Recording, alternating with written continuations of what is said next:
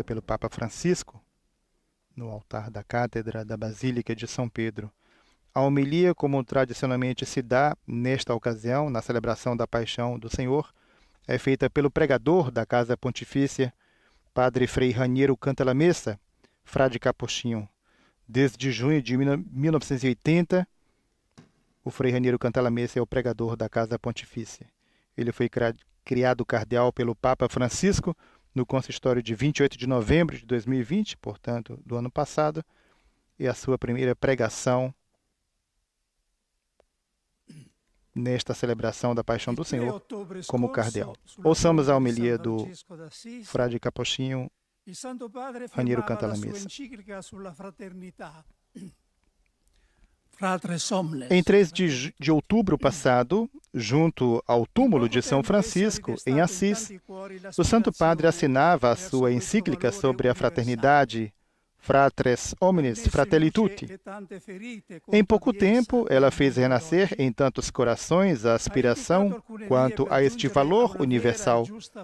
Trouxe à luz tantas feridas contra ela no mundo de hoje. Indicou algumas vias para se chegar a uma verdadeira e justa fraternidade humana e exortou todos, pessoas e instituições, a trabalhar por ela. A encíclica é endereçada idealmente a um público vastíssimo, dentro e fora da Igreja. Na prática, a toda a humanidade. Toca muitas esferas da vida privada à vida pública, da religiosa à social e política. Devido a este seu horizonte universal, ela evita justamente restringir o discurso ao que é próprio e exclusivo dos cristãos. Contudo, no final da encíclica, há um parágrafo em que o fundamento evangélico da fraternidade é resumido em poucas, mas vibrantes palavras. Afirma: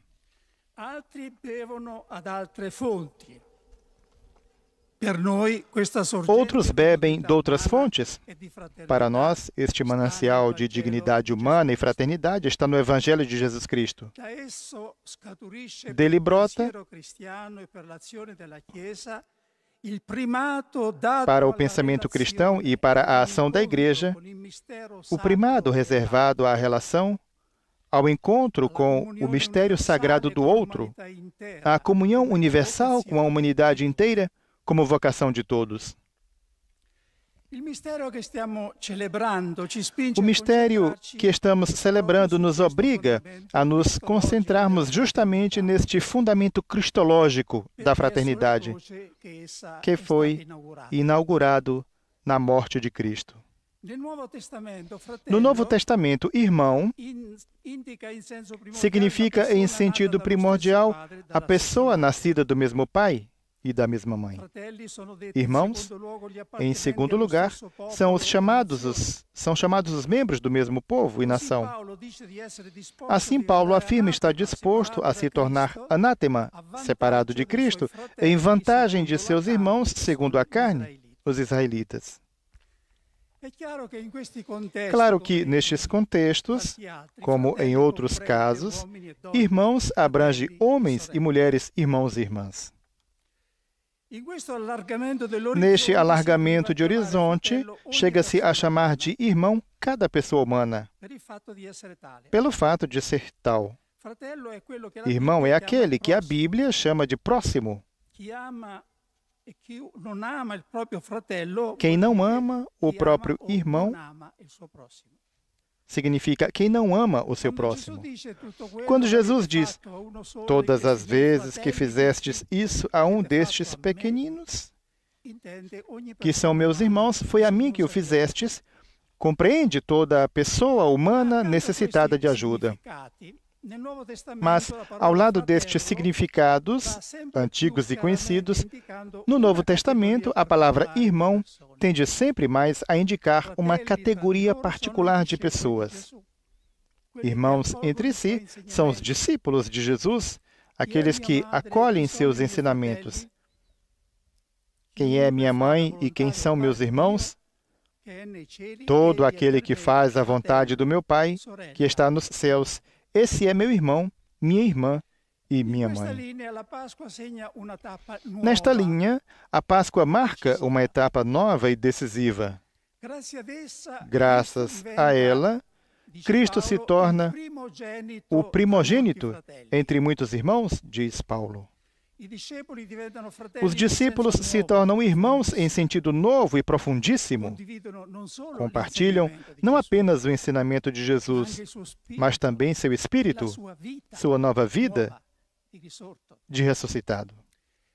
É significativo que, somente após sua ressurreição, pela primeira vez, Jesus chama os seus discípulos de irmãos. Vai dizer aos meus irmãos, diz a Maria Madalena,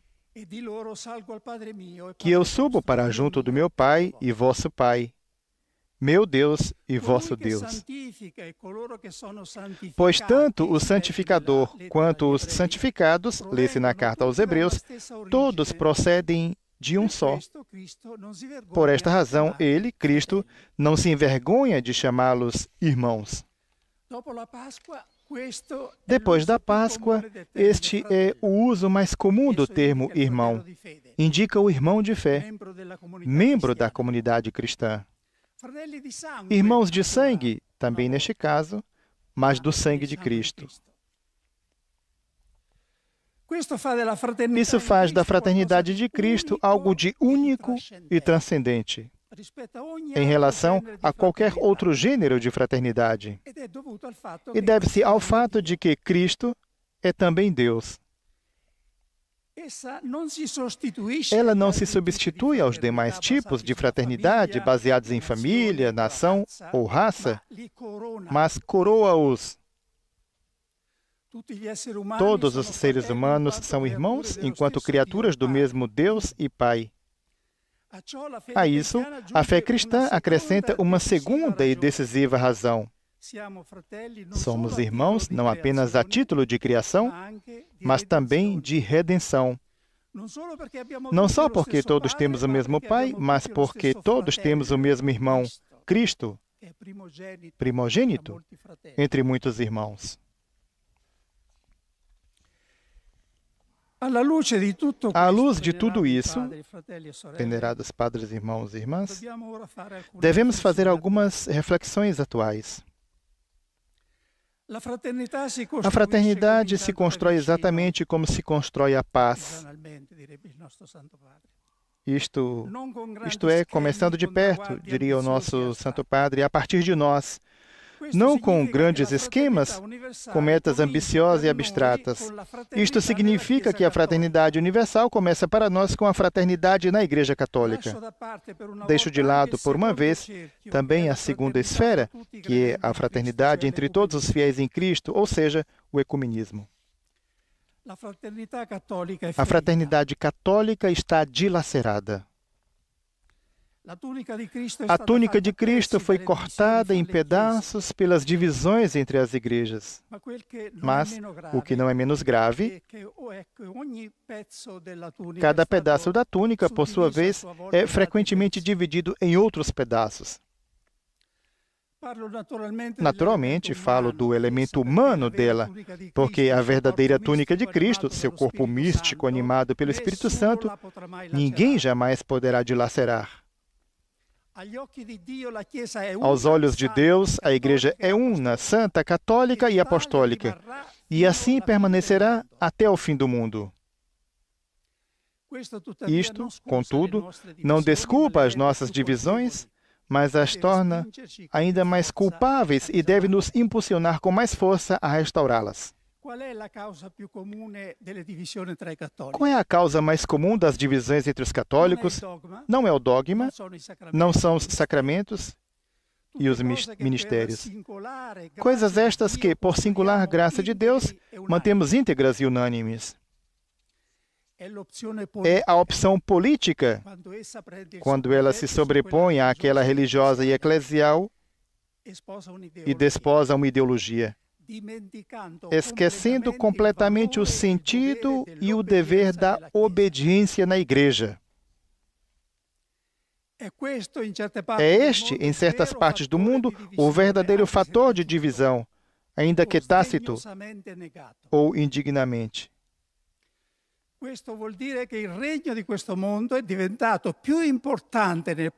Isto significa que o reino deste mundo se tornou mais importante no próprio coração do que o reino de Deus. Creio que sejamos todos chamados a fazer um sério exame de consciência sobre isso e a nos convertermos.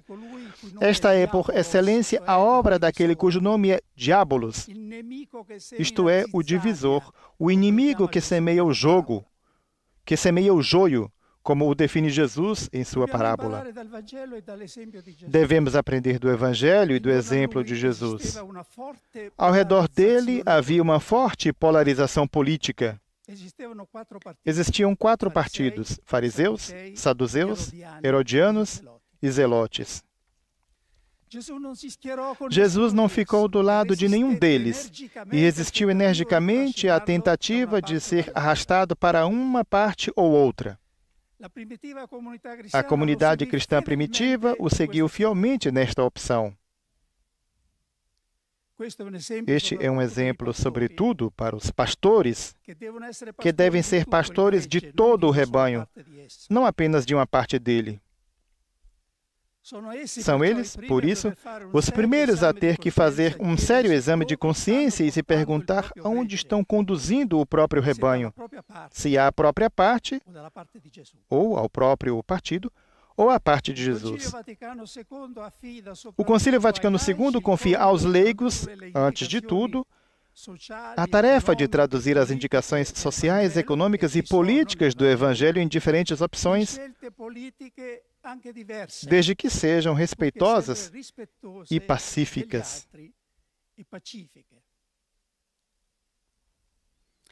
Se há um dom ou um carisma próprio que a Igreja Católica deve cultivar em benefício de todas as igrejas, é a unidade.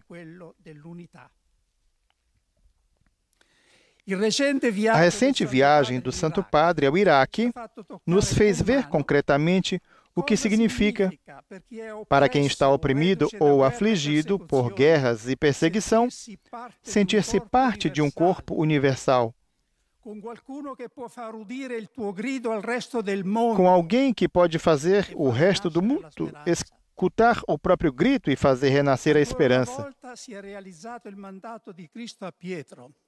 Ainda uma vez cumpriu-se o mandamento de Cristo a Pedro: confirma os teus irmãos.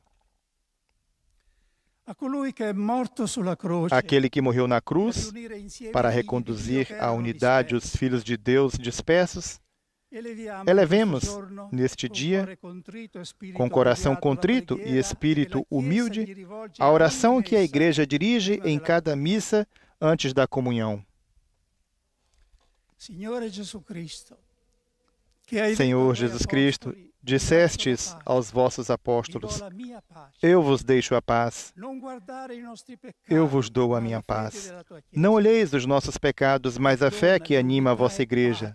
Dai-lhe, segundo o vosso desejo, a paz e a unidade. Vós que sois Deus com o Pai e o Espírito Santo. Amém.